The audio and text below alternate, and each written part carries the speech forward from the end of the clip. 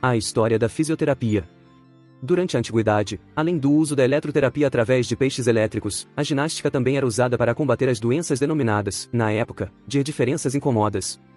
Para tal, esta terapia que envolvia o movimento corporal ficava exclusivamente nas mãos dos sacerdotes e somente era empregada depois de estudada, racionalizada e planejada. Desde os primórdios da humanidade se tem relatos sobre o uso de agentes físicos, calor, água, eletricidade, massagens e exercícios como uma tentativa de curar e ou amenizar as disfunções que o corpo sofria ao longo da história. No Renascimento, com o humanismo, as artes e o culto ao físico, os estudos e a preocupação com o corpo saudável foram retomados. Mercurialis apresentou princípios para uma ginástica médica, que compreendia a regularidade nos exercícios para conservar um estado saudável já existente, exercícios para indivíduos enfermos, sedentários e convalescentes. Na fase industrial, com o novo sistema de produção proporcionado pelas máquinas, os trabalhadores passaram a sofrer com o excesso de trabalho, e com péssimas condições, o que gerou novas doenças como as epidemias de cólera, tuberculose pulmonar, alcoolismo e inúmeros acidentes de trabalho. Apesar da existência de terapias que envolviam exercícios corporais, somente entre a Primeira e a Segunda Guerra Mundial que a fisioterapia começou a se caracterizar, a partir do surgimento das primeiras escolas de cinesioterapia para tratar ou reabilitar os lesados ou mutilados. A partir disso, a fisioterapia passou a integrar a área da saúde, com o objetivo de reabilitar ou recuperar as boas condições que o organismo havia perdido. A fisioterapia no Brasil. O surgimento da fisioterapia no Brasil no eixo Rio-São Paulo foi influenciada pela vinda da família real. Desde 1879, há relatos do uso de recursos físicos devido aos diversos casos de acidentes de trabalho em razão da fase industrial, que sujeitou o indivíduo a uma péssima condição de saúde. A prática da fisioterapia iniciou-se em 1919, quando foi fundado o Departamento de Eletricidade Médica pelo professor Rafael de Barros da Faculdade de Medicina da USP.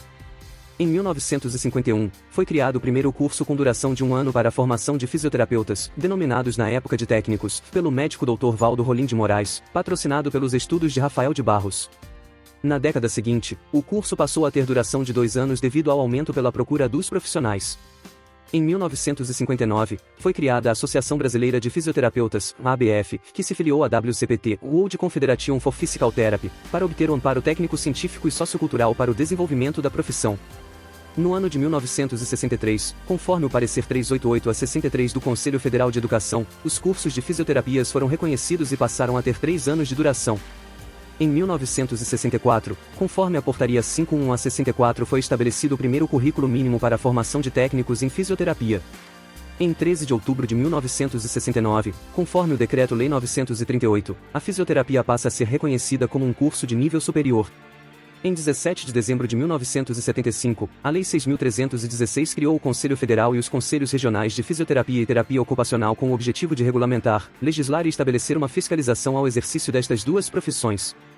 Outra conquista importante foi a Resolução nº 04 de 28 de fevereiro de 1983, a qual edita o currículo mínimo para a fisioterapia com 4 anos letivos. Esse currículo permaneceu até 1996 quando o MEC, através da Lei de Diretrizes e Bases, estabeleceu novas regras, dando autonomia para as universidades elaborarem seus próprios currículos. Durante os anos de 1998 e 1999, o COFITO, CREFITO, coordenadores de cursos, docentes, discentes e profissionais interessados, foram convocados para debater e propor ao MEC as diretrizes gerais que deveriam nortear o ensino da fisioterapia no Brasil. Definição: a fisioterapia é uma ciência da saúde que estuda, previne e trata os distúrbios cinéticos funcionais intercorrentes em órgãos e sistemas do corpo humano, gerados por alterações genéticas, traumas e doenças adquiridas. A fisioterapia respiratória. Fisioterapia respiratória é uma especialidade da fisioterapia que visa a prevenção e o tratamento de praticamente todas as doenças que atingem o sistema respiratório. Surgiu em 1901, quando se relatou o benefício da drenagem postural no tratamento da bronquiectasia, condição em que as vias aéreas dos pulmões são danificadas, dificultando a secreção de muco. O avanço das descobertas e do entendimento da fisiopatologia das enfermidades respiratórias, que resultam em processos infecciosos e inflamatórios, guiou o crescente interesse da comunidade científica pela investigação da composição e da regulação do muco, bem como pela ação de substâncias e agentes que pudessem modificar suas propriedades, facilitando sua expectoração. Assim, artigos mais tradicionais apresentam a fisioterapia respiratória ou torácica, como foi a princípio conhecida, como importante recurso clínico para melhorar o transporte mucociliar, por meio da modificação da tixotropia do muco, e da facilitação da expectoração, utilizando-se de seus recursos e técnicas. Atualmente, a fisioterapia é reconhecida como elemento fundamental no manejo terapêutico de doenças respiratórias agudas e crônicas, em adultos e crianças, por atuar na desobstrução dos brônquios e na otimização da ventilação alveolar, proporcionar aumento da tolerância ao exercício, reduzir o número de internações dos pacientes assistidos e, consequentemente, ter impacto importante na melhoria da qualidade de vida.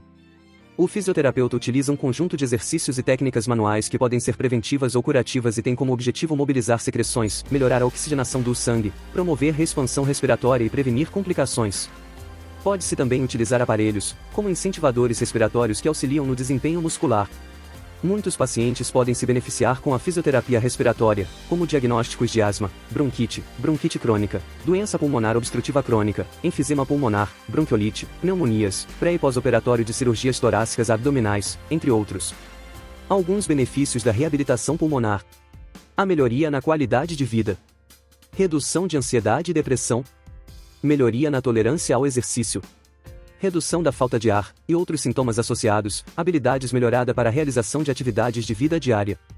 O profissional de fisioterapia respiratória pode atender os pacientes com disfunções em unidades de terapia intensiva, enfermarias, ambulatórios, consultórios, empresas, hospitais, home care e unidades básicas de saúde.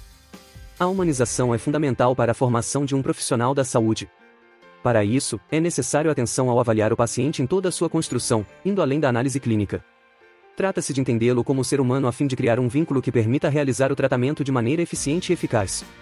Dessa forma, apresentaremos fatores que devem ser considerados no modelo de atendimento biopsicossocial, que culminaram na criação do SUS, e na Política Nacional de Humanização. Filosofia é um campo do conhecimento que estuda a existência humana e o saber por meio da análise racional, dedicada à construção de saberes lógicos e racionais. Auxilia a ter uma percepção crítica sobre a realidade e, a partir disso, formular perguntas e buscar soluções para nossas indagações. A filosofia tem sido, na área da saúde, uma forma de definir correntes, caminhos em que, uma vez dentro deles, o pesquisador optará por um sistema, ainda que relativo, a partir do qual pensar suas questões, separando desde o início teoria e prática. A antropologia na fisioterapia é importante para a compreensão do desenvolvimento do fisioterapeuta com o passar do tempo e a sua relação com a sociedade, observando o processo de adoecimento e a condição social, biológica e cultural do indivíduo. Esse estudo na fisioterapia tem como objetivo auxiliar a sociedade a lidar melhor com suas condições socioculturais, visando uma qualidade de vida mais adequada com o cotidiano em sociedade. Por exemplo, o combate à poluição ambiental. No Brasil, investigações realizadas pelo Laboratório de Poluição Atmosférica Experimental da Faculdade de Medicina da Universidade de São Paulo, mostram que, no estado, em dias de maior poluição, o número de problemas respiratórios aumenta 65%, em crianças de até 13 anos, especialmente problemas como asma e outras enfermidades alérgicas. Desenvolvimento humano. Trata-se de uma construção contínua, complexa e hierarquizada, vinculada ao tempo, contexto e processo.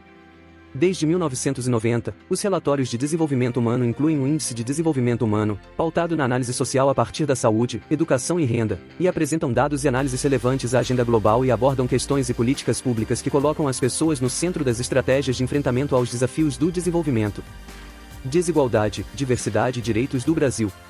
A Constituição Brasileira de 1988 ficou conhecida como Constituição Cidadã, ao ser promulgada no processo de redemocratização e incorporou os princípios dos direitos humanos na sua legislação.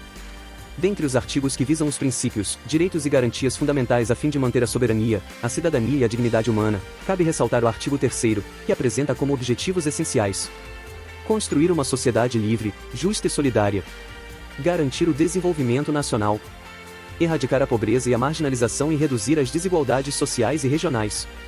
Promover o bem de todos, sem preconceitos de origem, raça, sexo, cor, idade e quaisquer outras formas de discriminação. Entretanto, as desigualdades sociais no Brasil são gritantes e possuem base histórica, social, econômica e etnocultural.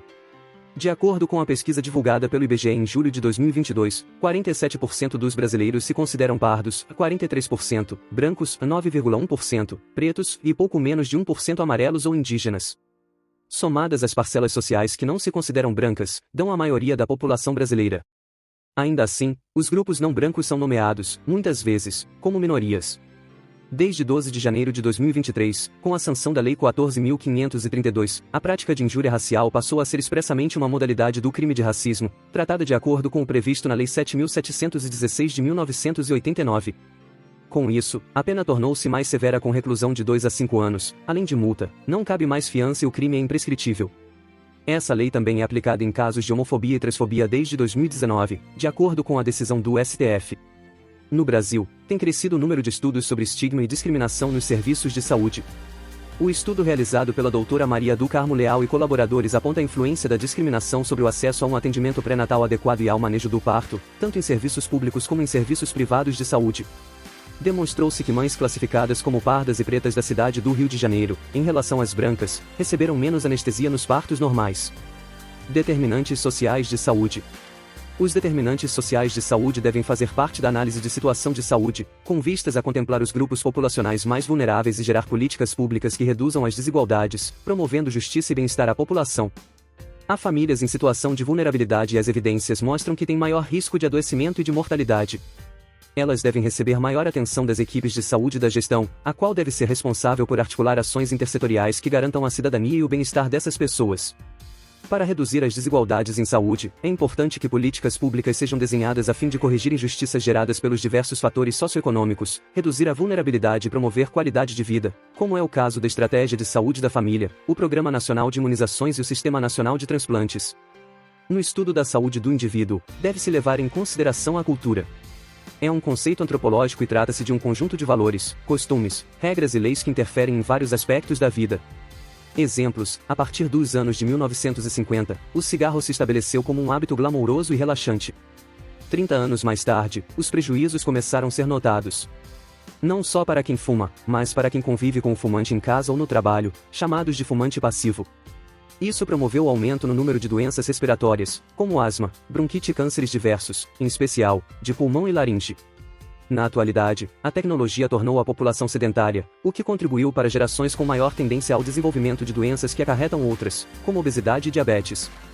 Em contraponto, cabe salientar o modelo popular de culto ao corpo, o modo de vida fitness que ganha cada vez mais espaço. O estilo de vida ativo e a boa alimentação já apresenta mudanças sociais na promoção da saúde, como o aumento da longevidade de modo que idosos questionam e desejam mudar o símbolo de idoso, livres da bengala, algo atrelado ao século passado. Conceito ampliado de saúde. Em 1946, a Organização Mundial da Saúde, OMS, definiu saúde como um estado de completo bem-estar físico, mental e social, e não apenas como a ausência de doença ou enfermidade. Em seu sentido mais abrangente, a saúde é resultante das condições elencadas nos determinantes sociais de saúde. Meio ambiente e saúde. O texto da Constituição Federal Brasileira de 1988 reflete essa concepção de relação intrínseca entre meio ambiente e saúde. Em seu artigo 196, a saúde é definida como direito de todos e dever do Estado, garantido mediante políticas sociais e econômicas, que visem a redução do risco de doença e de outros agravos e ao acesso universal e igualitário às ações e serviços para sua promoção, proteção e recuperação.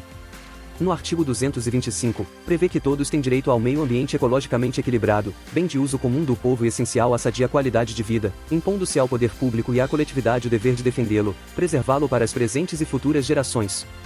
Em 1990, a Organização Mundial da Saúde criou uma Comissão de Saúde e Meio Ambiente. Nessa mesma década, o Brasil deu início à elaboração da Política Nacional de Saúde Ambiental, possibilitando posteriormente a implantação do Sistema de Vigilância em Saúde Ambiental, com o objetivo de compreender as relações entre os elementos ambientais e de saúde sobre os quais cabe à saúde pública intervir. Processo de adoecimento. Diz respeito ao adoecer, de apresentar uma perturbação, uma interrupção, sensações ou distúrbio de funções, sistema ou órgãos do corpo. Os processos de adoecimento não se resumem apenas ao adoecimento físico, mas também a um luto simbólico de algo que não está mais presente, gerando nos indivíduos sentimentos ambivalentes, de medo, estresse, ansiedade, tristeza e culpa. Sistema Único de Saúde. Antigamente, a saúde no Brasil era considerada ausência de doença. O suporte de tratamento era focado no médico hospitalar. O acesso dos cidadãos brasileiros era restrito para os que possuíam poder aquisitivo, os trabalhadores que contribuíam com o Instituto Nacional de Previdência Médica da Previdência Social INAMPS, e por isso, tinham direito à assistência prestada por esse instituto.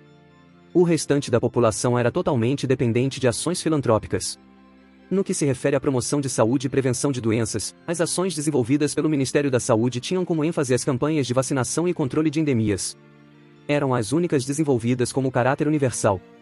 A partir disso, grupos da sociedade civil e trabalhadores da saúde começaram a debater sobre o futuro da saúde brasileira, resultando em um movimento chamado Reforma Sanitária, que culminou na 8ª Conferência Nacional de Saúde, em 1986, a qual instituiu a participação popular na saúde.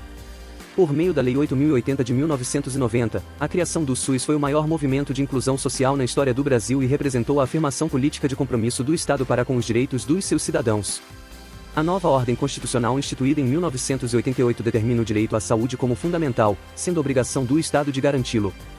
Os princípios do SUS são doutrinários: universalidade, acesso garantido a todos; integralidade, acesso garantido a todos os níveis de complexidade; equidade, reconhecimento e atendimento das diferentes necessidades organizacionais; descentralização, a responsabilidade de planejamento e execução de medidas de saúde é dividida entre as esferas do governo, atentando-se às demandas da população. Regionalização, é um processo de articulação entre os serviços que já existem, visando o comando unificado dos mesmos. Hierarquização, organização de serviços e ações para atender às diferentes necessidades da população, sendo dividida em atenção básica, secundária e terciária. Participação popular, a comunidade fazendo-se presente quanto às próprias demandas na gestão do SUS. Níveis e setores de saúde no Brasil. A garantia do princípio de integralidade está relacionada com os níveis de atenção em saúde do SUS, primário, secundário e terciário. A partir desses níveis de atenção em saúde que o SUS consegue atender às demandas e às necessidades dos indivíduos. A atenção primária, ela atende 80% das necessidades da população, é uma atenção básica das unidades de saúde, onde costuma ficar perto de moradores de determinada região ou bairro, fazendo consultas com o clínico geral e tratamentos básicos. A atenção secundária, consiste nas especialidades médicas, no atendimento em saúde mental, nas urgências e emergências, cirurgias, além de alguns tipos de exames laboratoriais. A atenção terciária envolve o conjunto de terapias e procedimentos de elevada especialização, sendo o hospital o espaço onde essas terapias e esses procedimentos são realizados. Os 3 níveis de atenção em saúde representam o princípio de integralidade, pois é por meio deles que o SUS consegue fornecer promoção, proteção e recuperação da saúde. Conceitos de promoção de saúde, prevenção de doenças e reabilitação da saúde. A promoção visa a manutenção da saúde e relaciona os hábitos cotidianos a fim de garantir qualidade de vida. A regularidade na prática de atividade física e bons hábitos alimentares são idealizados como principais componentes de aspectos positivos relacionados à saúde, trazendo uma melhoria para o funcionamento do corpo humano. O conceito de prevenção visa impedir acontecimentos futuros indesejáveis. Prevenir é tomar medidas para evitar o desenvolvimento de doenças ou estado patológico. Divide-se em prevenção primária, ações voltadas para atuar no controle dos fatores pré-patogênicos, evitando o aparecimento do estímulo e, consequentemente, da doença. Inclui a promoção da saúde, a proteção inespecífica, nutrição, água potável e saneamento, e a proteção específica dirigida a determinada doença, como a imunização.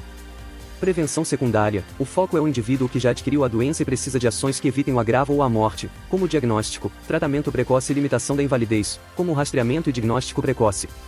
Prevenção terciária, consiste na prevenção ou melhora da incapacidade, sendo a atividade de reabilitação seu principal trabalho, como reabilitar paciente pós-AVC. As ações de reabilitação consistem na recuperação parcial ou total das capacidades no processo de doença e na reintegração do indivíduo ao seu ambiente social e à sua atividade profissional. O Serviço de Doenças Crônicas Não Transmissíveis, juntamente com a Coordenadoria de Atenção Especializada, estruturou no SUS um serviço de reabilitação funcional destinado às pessoas com doenças crônicas não transmissíveis, que estiveram internadas por infecção pelo vírus da Covid e precisam de atenção especializada para restabelecer a capacidade de trabalho e de realização das atividades da vida diária.